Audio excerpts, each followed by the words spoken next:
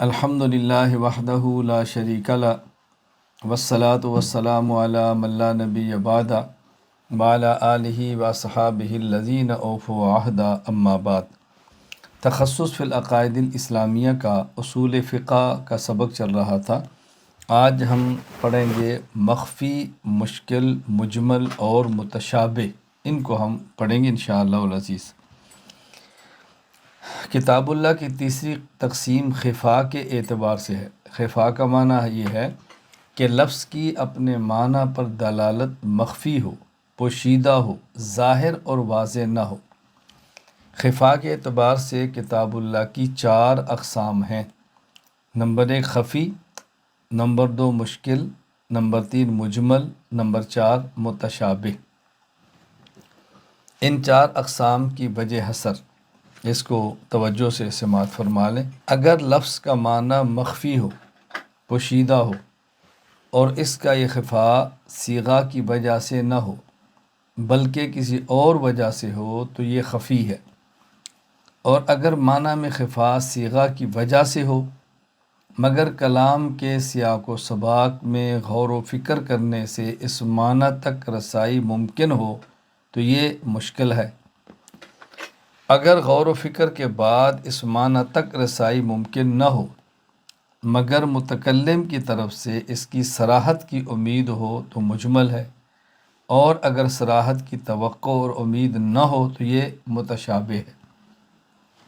یہ 4 اقسام کی میں نے وجہ اثر بیان کی ہے کہ خفا کے اعتبار سے یہ 4 ہی قسمیں ہیں، یہ 5 کیوں نہیں یا 3 کیوں نہیں۔ نمبر 1 خفی کی تعریف۔ امام نظام الدین ابو یعقوب اسحاق بن ابراہیم الخراسانی الشاشی الحنفی رحمہ اللہ تعالی وفات 335 ہجری اصول الشاشی میں تحریر فرماتے ہیں، ہوا ما خفی المراد منہ بعارض غیر الصیغۃ۔ خفی وہ ہے کہ جس کی مراد پوشیدہ ہو اور اس پوشیدگی کا سبب لفظ نہ ہو بلکہ کوئی خارجی چیز ہو۔ اس کا جو معنی مخفی ہے تو اس کی وجہ لفظ نہیں ہے، جو لفظ نظر آ رہا ہے معنی وہ بالکل واضح ہے، لیکن خفی ہونے کی وجہ کچھ اور ہے۔ میں آگے مثال دوں گا تو بات سمجھ آئے گی۔ اس کا حکم امام نظام الدین ابو یعقوب اسحاق بن ابراہیم الخراسانی رحمہ اللہ تعالی وفات 335 ہجری اصول الشاشی میں تحریر فرماتے ہیں، وجوب الطلب حتی یزول عنہ الخفا۔ خفا کو دور کرنے کے لیے معنی میں غور و فکر کرنا ضروری ہے، کیونکہ معنی مخفی ہے، اس خفا کو دور کرنا ہے۔ دور کیسے ہوگا؟ غور و فکر کریں۔ اس کی مثال سمجھیں۔ قرآن کریم سورۃ المائدہ آیت نمبر 38 والسارق والسارقۃ فاقطعوا ایدیہما جزاء بما کسبا نکالا من اللہ۔ اس آیت میں اللہ تعالیٰ نے یہ بات سمجھائی ہے کہ چوری کرنے والا مرد یا چوری کرنے والی عورت، جو کچھ ان نے جرم کیا ہے اس کے بدلے میں ان کا ہاتھ کاٹا جائے۔ یہ معنی ہے سارق اور سارقہ، چور اور چوری کرنے والا مرد اور عورت۔ لیکن ایک شخص ہے طرار اور ایک شخص ہے نباش۔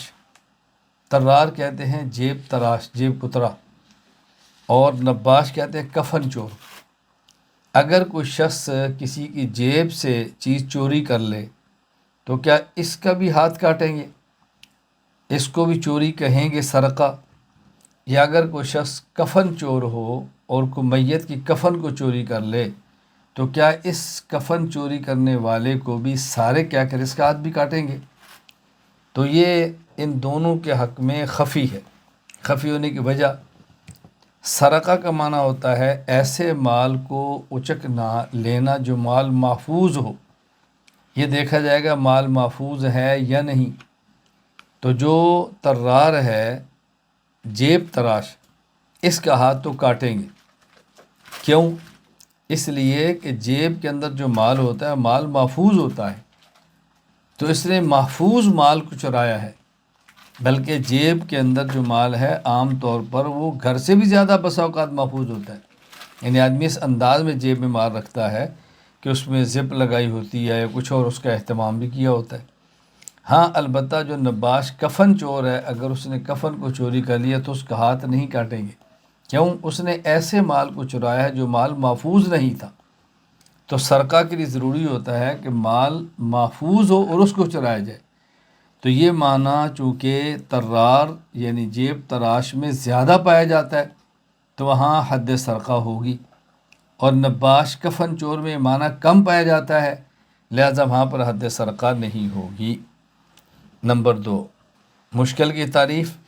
امام نظام الدین ابو یعقوب اسحاق بن ابراہیم الخراسانی الشاشی رحمہ اللہ، وفات 335 ہجری، اصول الشاشی میں فرماتے ہیں ہوا مزداد خفاء الخفی، کہ مشکل وہ ہے کہ جس میں خفا اور پوشیدگی خفی سے بھی زیادہ ہو۔ ہم نے شروع میں ایک بات کی تھی کہ خفا جو ہوگا وہ صیغہ کی وجہ سے ہوگا یا کسی اور وجہ سے۔ اگر خفا صیغہ کی وجہ سے نہ ہو تو یہ خفی ہے، اور اگر خفا صیغہ کی وجہ سے ہو تو پھر دیکھا جائے گا کہ اس کا خفا تأمل سے، غور و فکر سے دور ہو سکتا ہے یا نہیں۔ تو مشکل وہ ہے کہ جس میں خفا صیغہ کی وجہ سے ہوتا ہے، صیغہ ہی ایسا ہوتا ہے کہ جس کا معنی معلوم نہیں ہوتا، لیکن سیاق و سباق میں غور کرنے سے اس کا جو معنی ہے وہ واضح ہو جاتا ہے اور خفا اس کا دور ہو جاتا ہے۔ میں اس لیے گزارش کر رہا ہوں کہ معنی ہم یہ کرتے ہیں ہوا ما خفی المراد منہ لنفس الصیغۃ، مشکل وہ ہے کہ جس کا معنی مخفی ہو صیغہ کی وجہ سے، خود لفظ ایسا ہو کہ جس کا معنی واضح نہ ہو، لیکن امکن ادراک فی الکلام، جب کلام کے سیاق و سباق میں غور کریں گے تو خفا دور ہو جائے گا اور معنی اس کا معلوم ہو جائے گا۔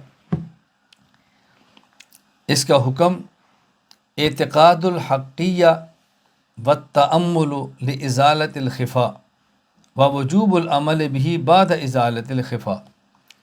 پہلی بات ہے کہ مشکل کے برحق ہونے کا یقین رکھا جائے کہ اس کا معنی جو بھی ہے ہم اس کو مانتے ہیں۔ نمبر 2، پھر اس میں غور و فکر کیا جائے خفا کو دور کرنے کے لیے۔ نمبر 3، جب خفا دور ہو جائے تو پھر اس پر عمل کرنا ضروری ہے، عمل کرنا واجب ہے۔ اس کی مثال سمجھیں، قرآن کریم سورۃ الدہر آیت نمبر 16، قواریر من فضۃ قدروہا تقدیرا۔ اللہ تعالیٰ نے جنت میں جو برتن بنائے ہیں ان میں برتنوں کی ایک قسم وہ ہے کہ جن کے بارے میں فرمایا قواریر من فضۃ، کہ یہ چاندی کے برتن ہوں گے، لیکن لفظ لایا گیا ہے قواریر۔ قواریر جمع ہے قارورتن کی۔ قارورتن کہتے ہیں شیشہ کو اور شیشے کے برتن کو۔ اب دیکھیں اس لفظ کا معنی پوشیدہ ہو گیا، قواریر من فضۃ، فضۃ کہتے ہیں چاندی کو، اور قواریر جمع قارورتن کی، قارورتن کہتے ہیں شیشے کو۔ تو یہ شیشے کا برتن چاندی سے کیسے بنے گا؟ شیشے کا برتن شیشے سے ہی ہوگا نا، اور چاندی کا برتن چاندی سے ہوگا، تو معنی مخفی اور پوشیدہ ہو گیا۔ اب ہم نے غور و فکر کیا تو معنی واضح ہوا کہ یہ برتن تو چاندی کا ہوگا، لیکن نظافت میں، صفائی میں اور چمک میں ایسے ہوگا کہ جیسے شیشہ ہوتا ہے، اس لیے اس چاندی کے برتن کو قارورہ کہہ دیا گیا کہ جیسے شیشہ ہے ایسے چاندی کا برتن شیشے کی طرح صاف اور چمکدار ہوگا۔ نمبر 3، مجمل۔ امام نظام الدین ابو یعقوب اسحاق بن ابراہیم الخراسانی الشاشی الحنفی رحمہ اللہ، وفات 335 ہجری، اصول الشاشی میں تحریر فرماتے ہیں ہوا محتمل وجوہن فصار بحال لا یوقف علی المراد به الا ببیان من قبل المتکلم۔ مجمل وہ ہے کہ اس کے معنی میں اتنے احتمال ہوں، اس درجہ کے احتمال ہوں کہ متکلم کی طرف سے وضاحت کے بغیر اس کی مراد معلوم نہ ہو سکتی ہو۔ اس میں اس درجہ احتمال ہو کہ جب تک متکلم وضاحت نہ کرے تو اس کی وضاحت نہ ہو سکتی ہو، معنی معلوم نہ ہو۔ اب دیکھیں، مجمل کے معنی میں جو خفا ہے وہ نفس صیغہ کی وجہ سے ہے، لیکن یہ خفا سیاق و سباق میں غور کرنے سے بھی دور نہیں ہوتا۔ جب تک متکلم اس کی صراحت نہ کرے۔ اس لیے میں مناسب سمجھتا ہوں کہ تعریف ان الفاظ میں کر دی جائے، ہوا ما خفی المراد منہ لنفس الصیغہ، کہ مجمل وہ ہے کہ جس میں خفا لفظ اور صیغہ کی وجہ سے ہو، خود لفظ میں خفا ہو، لفظ میں پوشیدگی ہو۔ فلا يمكن ادراک بالتأمل فی الکلام، اور کلام کے سیاق اور سباق، آگے اور پیچھے غور کرنے سے بھی خفا دور نہ ہو، الا ببیان من قبل المتکلم، ہاں صاحب کلام متکلم وضاحت کرے تو پھر خفا دور ہو۔ فرق کیا ہوا؟ اچھی طرح واضح نشین فرما لیں، دونوں میں فرق۔ مشکل میں خفا دور ہو جاتا ہے تأمل غور و فکر سے، اور مجمل میں غور و فکر سے بھی دور نہیں ہوتا، بلکہ متکلم وضاحت کرتا ہے تو پھر خفا دور ہوتا ہے۔ اس کا حکم اعتقاد الحقیہ بالتوقف قبل بیان الشارع ووجوب العمل بعدہ، پہلے تو اعتقاد رکھیں اس بات کا کہ اس کا معنی جو بھی ہے برحق ہے، ہم اس کو مانتے ہیں۔ نمبر 2، پھر اس میں توقف کیا جائے، انتظار کیا جائے کہ صاحب شرع اللہ تعالیٰ کی طرف سے، اللہ کے رسول صلی اللہ علیہ وسلم کی طرف سے اس کی وضاحت کیا آتی ہے، ان کی وضاحت کرنے تک توقف کریں، انتظار کریں، خود معنی نہ کریں جو کہ کر نہیں سکتے۔ پھر اس کے بعد جب معنی واضح ہو جائے، متکلم اور شارع کی جانب سے وضاحت آ جائے، تو پھر اس پر عمل کرنا ضروری ہے، پھر عمل اس پر کیا جائے۔ اس کی مثال سمجھیں، قرآن کریم سورۃ البقرہ آیت نمبر 110، وَأَقِیمُوا الصَّلَاةَ وَآتُوا الزَّکَاةَ، نماز پڑھو، زکوٰۃ ادا کرو۔ اب یہ جو حکم دیا گیا ہے کہ نماز پڑھو اور زکوٰۃ ادا کرو، سوال یہ ہے کہ نماز تو تب پڑھیں گے جب یہ پتہ چلے کہ نماز کا مطلب کیا ہے، نماز کے ارکان کیا ہیں۔ تو جب تک اللہ تعالیٰ یا اللہ کا رسول خود بیان نہ فرمائے، ہم اپنی عقل سے نہیں فیصلہ کر سکتے کہ نماز کی حقیقت کیا ہے، ارکان کیا ہیں، شرائط کیا ہے۔ اسی طرح زکوٰۃ کی تعریف کیا ہے؟ لغت میں تو زکوٰۃ کا معنی ہے النمو، و بڑھنا، لیکن شریعت زکوٰۃ کسے کہتی ہے؟ جب تک اللہ یا اللہ کا رسول اس کا معنی بیان نہ کرے تو زکوٰۃ کا مفہوم کھل کر سامنے آ نہیں سکتا۔ جب اللہ کے رسول صلی اللہ علیہ وسلم نے سمجھا دیا تو اس کے بعد ہم نے مان لیا کہ نماز کا معنی یہ ہے اور زکوٰۃ کا معنی یہ ہے۔ متشابہ کی تعریف، علامہ حسام الدین محمد بن عمر الاخسیقسی رحمہ اللہ تعالی، وفات 644 ہجری، منتخب الحسامی میں فرماتے ہیں، ہوا مالا طریق لدرکہ اصلا حتی سقط طلبہ، یہ متشابہ وہ ہے کہ جس کی مراد کے معلوم ہونے کا کوئی راستہ نہ ہو، کوئی صورت ہی نہ ہو دنیا میں کہ اس کی مراد معلوم ہو سکے، یہاں تک کہ اس کی مراد کے تلاش اور طلب کو چھوڑنا پڑے، چونکہ معلوم ہو نہیں سکتا تو بہتر ہے اس کو چھوڑ دیا جائے۔ اس کو ذرا اچھی طرح سمجھ لیں، یعنی متشابہ وہ ہے کہ اس میں جو خفا ہوگا وہ نفس صیغہ کی وجہ سے ہوگا، اور کلام میں غور و فکر سے بھی خفا دور نہیں ہوگا، اور اللہ تعالیٰ بھی اس کا خفا دور نہیں فرماتے، تو پھر خفا کیسے دور ہو سکتے؟ یعنی صیغہ میں خفا ہو، غور و فکر سے اس کا معنی سمجھ بھی نہ آئے، اللہ تعالیٰ متکلم ہے اس کا معنی بتائیں بھی نہ، تو مراد کیسے معلوم ہو سکتی ہے؟ اسے کہتے ہیں متشابہ۔ اس لیے میں گزارش کیا کرتا ہوں کہ اس کی تعریف ان الفاظ میں کر لی جائے تو بہت واضح ہے، ما خفی المراد منہ لنفس الصیغۃ، متشابہ وہ ہے کہ جس کی مراد پوشیدہ ہو نفس صیغہ کی وجہ سے، ولا يمكن ادراکہ بالتأمل فی الکلام، اور کلام کے سیاق و سباق میں غور و فکر کرنے کے باوجود بھی اس کی مراد تک انسان نہ پہنچ سکے، ولا يمكن البیان مرجوا من جانب المتکلم حتی سقط طلبہ، اور متکلم کی جانب سے اس کی وضاحت کی کوئی امید بھی نہ ہو کہ اللہ اس کا مفہوم بیان فرما دیں گے، تو وہاں پھر خاموش رہنا اور طلب نہ کرنا ضروری ہے۔ اس کا حکم علامہ حسام الدین محمد بن عمر الاخسیقسی رحمہ اللہ تعالی، فات 644 ہجری، منتخب الحسامی فرماتے ہیں، التوقف ابداً علی اعتقاد حقیت المراد بہ، اس میں ہمیشہ توقف کیا جائے گا، خاموش رہا جائے گا، اپنی طرف سے کوئی رائے نہیں دی جائے گی، کچھ خاموشی اختیار کرنا ضروری ہے۔ اور اس میں اس لیے کہ اللہ تعالیٰ کی طرف سے اس کا بیان نہیں آنا، نہ ہی طلب کر سکتے ہیں۔ اس کی مثال سمجھیں، حروف مقطعات، الف لام میم۔ الف کا معنی مخفی ہے، لام کا معنی مخفی ہے، میم کا معنی پوشیدہ ہے، لغت میں اس کا معنی ہے ہی نہیں، معنی تو لفظ کا پوشیدہ ہے۔ پھر اس کے سیاق اور سباق میں غور کریں تب بھی سمجھ نہیں آتا۔ اللہ تعالیٰ نے اس کے مراد کو بیان فرمایا نہیں ہے، رسول اکرم صلی اللہ علیہ وسلم نے بیان نہیں فرمایا۔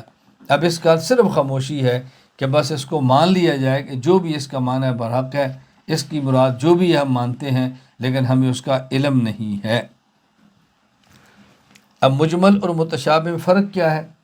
فرق اتنا ہے کہ مجمل کا معنی بھی مخفی ہوتا ہے، لیکن شارع اس کو بیان فرما دیتے ہیں، اور متشابہ ایسا مخفی ہے کہ جس میں شارع کی جانب سے بیان کرنے کی کوئی صورت نہیں، یعنی وہ بیان فرماتے ہی نہیں، ان نے مفہوم اس کا بیان نہیں فرمایا، شارع کی طرف سے امید ہی ختم ہوگی۔ جب اللہ کے رسول صلی اللہ علیہ وسلم نے مفہوم نہیں بیان فرمایا، اللہ نے بیان نہیں فرمایا، اللہ کے رسول دنیا سے تشریف لے کے، تو اب بتا اس کا مفہوم کون بیان کر سکتا ہے؟ اس لیے اس پر توقف اور خاموشی رکھنا ضروری ہے۔ یہ جو تیسری قسم کی 4 قسمیں ہیں، مخفی، مشکل، مجمل، متشابہ، یہ نظم کی دوسری قسم ان 4 اقسام ظاہر، نص، مفسر اور محکم کے متقابلات کہلاتے ہیں۔ یعنی ظاہر کے مقابلے میں مخفی، نص کے مقابلے میں مشکل، مفسر کے مقابلے میں مجمل اور محکم کے مقابلے میں متشابہ۔ تو یہ جو ہم نے 4 قسمیں بیان کی ہیں، یہ خفائے معنی کے اعتبار سے ہیں۔ اللہ تعالیٰ ہمیں بات سمجھنے کی توفیق عطا فرمائے۔ تو اصول فقہ کی روشنی میں ہم نے فقہ کو سمجھنا ہے، اصول فقہ کی روشنی میں فقہی مسائل کو بیان کرنا ہے۔ اصول فقہ پر عبور ہو تو پھر فقہی مسائل آدمی آرام سے سمجھ سکتا ہے۔ اللہ تعالیٰ ہمیں سمجھنے کی اور سمجھ کر آگے مزید سمجھانے کی توفیق عطا فرمائے۔ بآخر دعوانا ان الحمد للہ رب العالمین۔